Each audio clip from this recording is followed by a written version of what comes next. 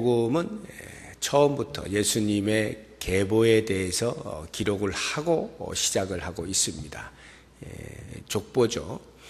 이 족보를 보게 되면 그 17절 말씀을 볼 때에 14대, 14대, 14대 이렇게 해서 총 42대로 기록이 되어 있는 것을 볼 수가 있습니다. 물론 이것은 아브라함 때로부터 예수님까지 42대만 있다는 뜻은 아닙니다.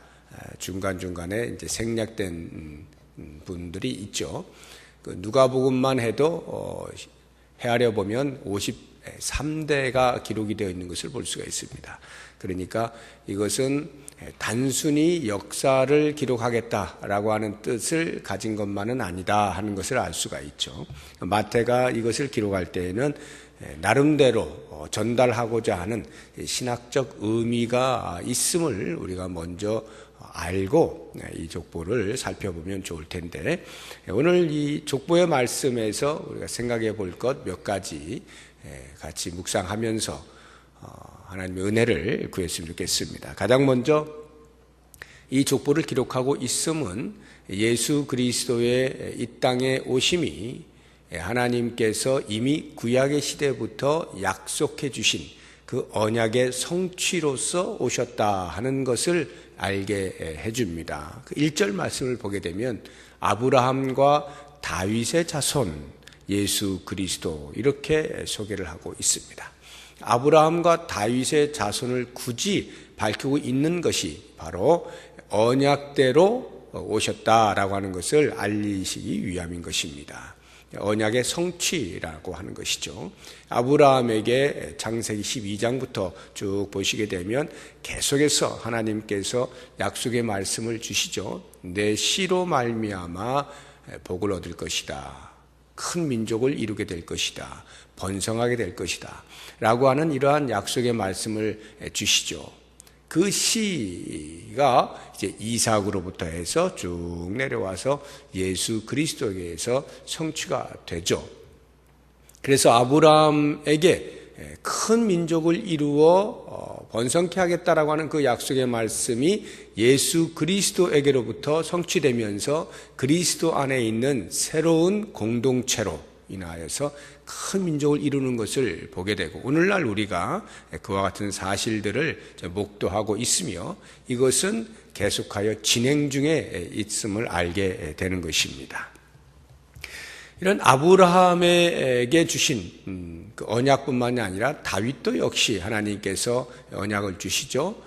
너의 왕자에서 영원토록 위가 끊어지지 않겠다. 이러한 약속의 말씀을 주시는데 그 다윗 왕의 자손으로 예수 그리스도가 오심으로 그들이 그토록 기다리던 메시아가 바로 예수 그리스도다라고 하는 것을 유대인들에게 먼저 알리죠. 물론 그들은 그런 그 왕의 모습을 원치 아니하였습니다. 적어도 다윗 이상 되는 그런 정도의 왕권을 가진 왕을 기다렸기 때문에 구유에 태어나신 예수님을 맞이할 여력은 없었던 것이죠.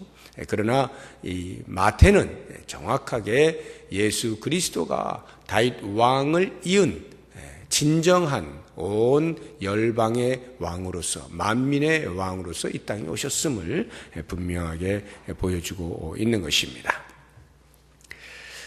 그 다음에 이 족보에서 우리가 이제 볼 것은 이 여성들의 등장인데, 이 족보 속에 보면은 5명의 여인의 이름이 나와 있습니다. 3절에 보면 다말이 있고요. 5절에 보면 라합하고 룻이 있습니다. 그리고 6절에 우리아의 아내 이렇게 나오고 16절에 보면 마리아가 나옵니다. 예수님의 족보에 이렇게 여성들이 이제 5명이 들어가 있는 이것을 보게 될 때 예수 그리스도의 메시아 되심은 어느 한정된 한 민족에게만 해당되는 것이 아니라 온 열방 가운데 해당된다 하는 것을 알게 해줍니다. 다시 말하면 예수님은 이스라엘 민족의 메시아로서만 이 땅에 오신 것이 아니라 온 세계의 메시아로서 오셨다. 그것을 보여주는 것이 이 여성들의 등장입니다. 보시는 것처럼 다말이나 라합은, 물론 다말은 이제 유대인이지만 그 기생과도 같은 그런 역할을 함으로써 이제 자기의 시아버지에게서 자녀를 낳지 않습니까? 그러니까 대를 잇기 위하여서 기생처럼 변장을 해서 그렇게 자녀를 낳는 것을 볼 수가 있습니다. 라합은 그 자체로 이제 기생이고요. 또 라합이나 룻을 보면 이 두 여인은 이제 이방 여인이죠. 정통 이스라엘 대를 잇지 못하는 이방 여인입니다. 거기에다가 6절에 나오는 우리아의 아내, 이렇게 우리아의 아내라고 말을 하고 있는 이유는 우리아의 아내의 이름을 모르기 때문이 아니죠. 우리도 알고 있는데요. 밧세바 아닙니까? 그 당시에 이 밧세바라는 이름을 몰라서 이렇게 기록을 한 것이 아니죠. 마태가 우리아의 아내라 기록을 할 때에는 불륜이 있었던 사실을 숨기지 아니하고 드러내고 있는 표현입니다. 그러니까 정상적인 그러한 상태가 아닌 여인의 이름을 이제 이렇게 표현을 해놓고 있는 것이죠. 뿐만 아니라 이제 마리아는 남자를 알지 못하는 그러한 여인이었고요. 이러한 것들을 우리가 종합해서 볼 때 우선 여자가 이 족보에 기록되고 있는 것 자체만 해도 대단히 신기한 것인데 거기에 이 여인들이 그리 면면이 내세울 만한 여인이 아니다라고 하는 면에서 예수님의 족보가 어떻게 보면 전혀 세상 사람들에게 알려질 만한 것이 아니고 알려져서도 안 될 것만 같은 그런 초라한 족보인 것입니다. 적어도 온 인류를 구원하는 메시아의 족보라고 할 때 이런 식으로 기록이 되는 것은 사람들에게 전혀 매력을 느끼지 못하게 하죠. 뭐 이런 데서 사람이 그런 메시아가 나오겠어 라고 하는 이런 족보란 말이죠. 그럼에도 불구하고 마태가 굳이 그것을 들추어내서 일일이 이렇게 소개하고 있는 것은 그렇게 해서 이 땅에 등장하신 예수 그리스도는 우리가 생각하는 나름대로 구원받을 만하다라고 여겨지는 그런 사람들만을 대상으로 메시아의 사명을 감당하는 것이 아니라 이 땅에서 취급하지 않는, 우습게 보는, 무시하는 그러한 사람들에게조차도, 가장 낮은 자리에 있는 사람에게조차도 메시아로 오셨다 하는 것을 알게 하시기 위해서 일부러 이 족보 속에 이러한 사람들을 다 기록을 해놓고 있는 것입니다.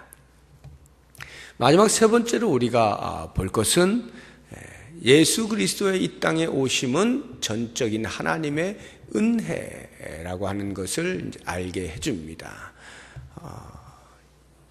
이 우리아의 아내라고 하는 표현을 가만히 보시게 되면, 그래서 이런 불륜으로 인하여서 다윗에게 주어지는 형벌이 있죠. 그것은 다윗과 밧세바 사이에서 낳은 첫 번째 아들이 죽게 되는 것입니다. 이 죽음으로 인하여서 밧세바는 엄청난 상심을 하게 되고, 다윗은 그것 때문에 죽기 직전까지 금식을 하면서 살려달라고 하나님께 애원을 하죠. 그러나 결국은 하나님이 데리고 가십니다. 그런 그 다윗의 그 범죄에 대한 형벌을 분명하게 내리시죠. 그 일 이후에 다윗이 얼마나 눈물을 흘리면서 뜨거운 그 회개를 하죠. 그러면서 하나님께서 다시금 둘째 아들을 주셨는데 그 둘째 아들의 이름이 솔로몬이죠. 여기에 나오고 있는 그 솔로몬. 그렇게 해서 다시 대가 이어지고 예수 그리스도가 이 땅에 탄생하게 되어지는 것입니다. 이러한 사실을 보게 되면 하나님께서는 다윗에게 그의 범죄한 것에 대한 대가를 치르게 하시지만 회개하는 자에게 다시금 은혜를 베푸셔서 이렇게 그리스도를 이 땅에 오게 하는 일에 있어서의 역할을 그대로 감당할 수 있도록 해주신다. 그리스도의 오심은 하나님의 은혜로 말미암았다라고 하는 것을 알 수가 있고요. 또 다른 한 대목은 12절부터 이제 바벨론 이후에 그 족보가 쭉 나오지 않습니까? 그러니까 아브라함의 족보가 5절까지 나오고 또 6절이죠. 그러니까 6절 중간부터 다윗의 족보가 쭉 나오고, 그리고는 이제 12절부터 다시 14대를 소개할 때 마지막 14대가 바벨론 포로 이후의 그 족보란 말입니다. 그러면 이 바벨론 포로라고 하는 그 자체가 이미 다윗 왕을 통하여서 강대한 나라를 만들었고, 마치 이제 하나님께서 다윗 왕을 통하여서 이 땅을 다스리시고 온 인류 가운데 으뜸이 되게 하실 것만 같았는데, 다윗 왕 이후의 왕들이 하나님을 바르게 섬기지 못하면서 점점 몰락을 하게 돼서 결국에는 바벨론이라고 하는 나라에 의해서 멸망을 당하는 겁니다. 하나님의 나라, 하나님이 세우신 선민 이스라엘이 멸망을 당할 때 그 바벨론은 비록 하나님에 의하여서 쓰임받게 되어진 매이지만 그 바벨론은 악의 축입니다. 굉장히 세상에서 악을 행하는 대표적인 상징으로서 바벨론인데, 그 바벨론 악에 의하여서 하나님의 백성이 멸망을 당한다 라고 하는 거기에서부터 출발을 해서 예수 그리스도가 14대 만에 이 땅에 등장을 한다는 것이 무엇을 의미하느냐? 그것은 곧 그 바벨론이라고 하는 악의 세력으로부터 구원하실 이의 등장, 모든 사람들이 절망이다 말하고 있을 때 하나님께서 그 언약을 따라서 약속의 성취로서 예수 그리스도를 이 땅에 메시아로 보내주심, 이것이 곧 하나님의 은혜라 이 말이에요. 그래서 우리 모든 인류는 바벨론이 상징하고 있는 그 사탄의 세력으로부터 더 이상 희망이 없이 이 땅에서 죽은 자로 살아가고 있었는데, 그리스도께서 오심으로 인하여서 우리에게 새로운 소망이 생겨나게 되고 새 시대가 열리게 되는 것을 우리로 맛볼 수 있게 해주셨다라고 하는 것이 바로 이 예수 그리스도의 계보 속에 담겨있는 신학적인 의미인 것입니다. 그렇게 볼 때 이제 우리가 오늘 이 말씀을 통해서 우리의 삶에 한번 적용을 해본다고 한다면, 우리는 언약 백성이다. 아브라함 이후로부터 예수 그리스도에 이르기까지 아브라함에 주셨던 그 언약이 그리스도에게서 성취가 되어지고, 그리스도 안에 있는 모든 사람들을 아브라함의 자손이라 여기면서 그 언약 백성으로 살아갈 수 있게 해주심입니다. 이 언약 백성이라고 하는 말은 우연히 어쩌다가 보니까 내가 예수를 믿게 되었다는 말이 아니고, 하나님의 철저한 계획 속에서 하나님의 섭리 안에서 우리가 언약 백성 되어졌다라고 하는 말입니다. 그렇게 볼 때 우리가 그 언약 백성으로 부름받은, 다시 말하면 온 열방의 복의 통로로 부름받은 이 사실에 먼저는 감사와 감격이 있어야 되고, 그리고 그 복의 통로로서 과연 나는 지금 살아가고 있는가, 그 복을 흘려보내고 있는가, 그 복을 나누고 있는가, 복을 전하고 있는가 라고 하는 부분들을 이 새벽에 묵상을 해 보았으면 좋겠습니다. 그리고 또 한 가지 우리가 본다면,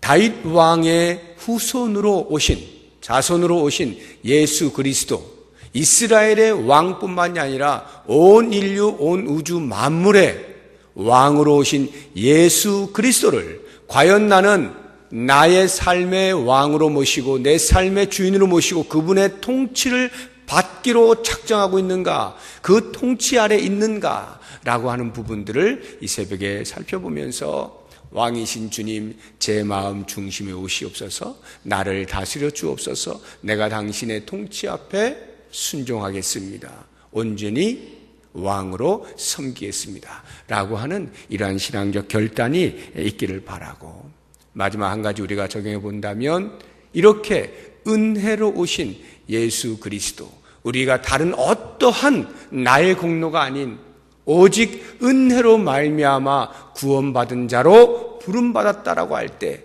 그 은혜에 걸맞는 주를 향한 우리의 사랑을 노래하고, 주께서 우리에게 맡기신 거룩한 사명을 감당하겠노라 다짐하시면서 1년을 계획하시는 귀한 새벽이 되시기를 바랍니다. 기도하겠습니다. 오늘 말씀을 생각하시면서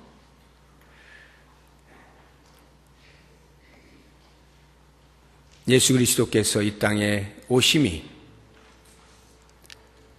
크게는 온 인류의 구원이지만 작게는 나를 구원하시기 위하여 오심이고, 이러한 하나님의 놀라운 은혜가 지금 이 시간 나에게 임하였고, 우리의 가정과 우리의 교회에 임하였고, 예수 믿는 모든 백성들에게 임하였을 때 이 은혜를 깊이 묵상하시면서 감사할 수 있길 바라고, 이제는 이 은혜가 하나님께서 부르시기 원하시는 당신의 백성들이 주의 나라에 임하기까지, 꽉 차기까지 우리가 그 사명을 잘 감당할 수 있게 해주십시오. 기도하시고요.